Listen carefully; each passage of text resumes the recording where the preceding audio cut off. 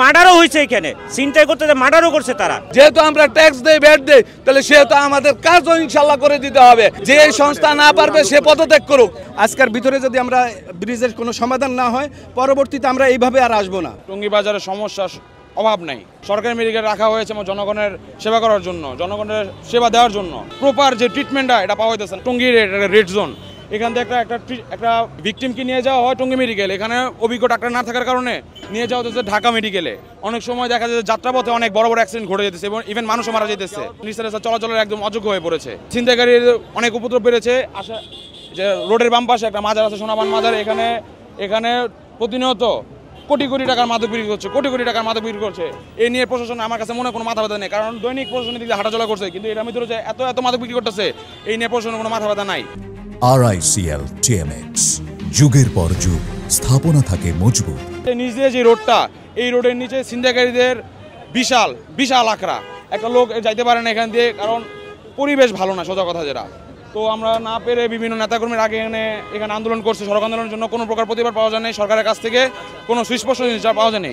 উপরেও সেফ না, নিজেও সেফ না। প্রশাসনিক কাঠামো, প্রশাসনিক যেই আপনার নিরাপত্তা প্রশাসন ঠিকভাবে দিতে পারতেছে না। দিতে পারলে এত ছিনতাই কোনো হইতো না। টঙ্গী থেকে আব্দুল্লাহপুর যাওয়ার পথে তিলক নদীর উপরে যে সেতু ছিল, ফ্লাইওভার করার পরে এটা ভেঙে ফেলাইছে। ভেঙে ফেলার পরে আমাদের বাজার, টঙ্গী বাজারে হাজার হাজার ব্যবসায়ী অচল হয়ে বসে আসছে। কিন্তু আমিও বাজারে ব্যবসায়ী, মাসের 10 তারিখ থেকে 12 তারিখ বেচা কিনা হয়, আর 18 দিন বাজারে ব্যবসায়ীরা বসে থাকতে হয়। ব্যবসায়ীদের দেওয়ালে ফিট থেকে গেছে, অনেক ব্যবসায়ী বাজার থেকে পলাইও গেছে। আর সবচেয়ে বড় সমস্যা হয়েছে ফলাল থেকে টঙ্গী বাজার পর্যন্ত বৃষ্টি হলে এই রাস্তা দিয়ে কোনো কাস্টমার আসে না, আমাদের বড় সমস্যা। আর ফ্লাইওভার করার পরে আমাদের এখানে প্রতিনিয়ত ব্যবসায়ীরা ছিনতাইকারী কেবল পড়তে হয়েছে। আমরা এখন একটাই দাবি, এই স্থায়ীভাবে যেহেতু সেতুটা করে দেয়, আমাদের ব্যবসাটা যেন সচ্ছলভাবে চালু হয়। যে উড়াল সেতু যে করছে, উড়াল সেতু করার কারণে আমাদের অনেক ক্ষতিগ্রস্ত হচ্ছে। উপরে যখন আমরা রাত্রে আসি, অনেক দূর দূরান্ত থেকে আমরা যখন আসি, তখন আপনার এইখানে নামতে আমাদের ভয় লাগে। যদি আমাদের ওই পাশে নামায় দেওয়ার পরে এই পাশে আমরা আসতে পারি না। আসার বাসে যেইভাবে বাস যায়, তখন আমাদের উপর দিয়ে চলে যায়। এরপরে যখন আমরা এই পাশে আসি, তখন ছিনতাইয়ের কবলে পড়তে হয় আমাদের, এবং মার্ডারও হয়েছে। এখানে ছিনতাই করতে মার্ডারও করছে তারা। নদীর উপর দিয়ে যে প্রকল্পটা করছে, এটা হয় না। নিচে স্থায়ী ব্রিজ দরকার আমাদের। রুগী নিয়ে উপরে আসতে হয়, আমরা নিচে দিয়ে যাইতে পারি না, এবং আমাদের মা বোনরাও উপরে উঠতে পারে না। স্কুল কলেজে আমরা ছেলে মেয়েদের দিব, তাও দিতে পারি না। উপরে ফিটপাট, ভিতরে সদরঘাট, এরকম হয়ে গেছে। এটা মানে লুটতরাজ হয়েছে। এর নিচে দেখেন বাজার বসে গেছে, মানুষজন হাঁটতে পারে না, কোনো রিক্সা যেতে পারে না, এবং বাস আমরা যে এখানে হাঁটবো সেই রাস্তাও নেই, এবং নিচে দেখেন আপনার দোকানপাট হয়েছে। আমাদেরকে এই দীর্ঘদিন শুধু কেবল বিভিন্ন দপ্তরে ঘুরাইছে, আমাদেরকে কোনো ব্রিজ দেয় নাই।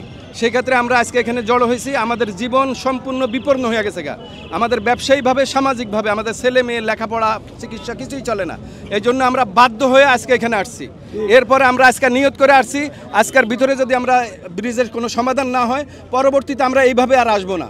আমি আজকে মরে যাব, কোনো আফসোস নাই, কিন্তু পরবর্তী প্রজন্ম যেন এই এলাকার ভালো থাকতে পারে। আমাদের ব্যবসায়ীরা দোকান ভাড়া দিতে পারতেছে না, ব্যাংকের লোনের টাকা দিতে পারতেছে না, তার বাচ্চাতে পড়াশোনা করতে পারতেছে না। আমাদের তো রাস্তায় বসিয়ে দিল একবারে। আমাদের এই বিসিক এলাকার টাকা দিয়ে যদি ট্যাক্স ভরা হয়, তাহলে কেন আমাদের এই ব্রিজ করে দিতে তাদের এত বাধ্যবাধকতা?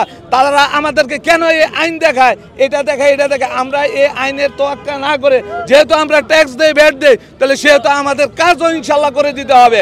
না হলে অবলম্বনে যে এই সংস্থা না পারবে সে পদত্যাগ করুক। শুধু মুখে বলা ছাড়া আমাদের কিছু করার নেই। আমাদের পরিবারের জিনিসপত্র নিয়ে ছিনতাইকারী দৌড় দেয়, আমাদেরটাও নিয়ে দৌড় দেয়। তো এখন এই জায়গায় আমি মনে করি যে গাজীপুর মেট্রোপলিটন পুলিশ কমিশনার যদি তার জোরালো ভূমিকা এবং এখানে টহল পুলিশ বাড়িয়ে দেয়, তো সেক্ষেত্রে এই জায়গাটা উন্নয়নের হওয়ার একটা সম্ভাবনা রয়েছে বলে আমি মনে করি। প্রত্যেকটা ব্রিজের নিচে সিসি ক্যামেরা যদি লাগিয়ে দেয় এবং লাইটিং এর ব্যবস্থা করে, তাহলে আমি মনে করি যে এই জিনিসটা ভালো হবে।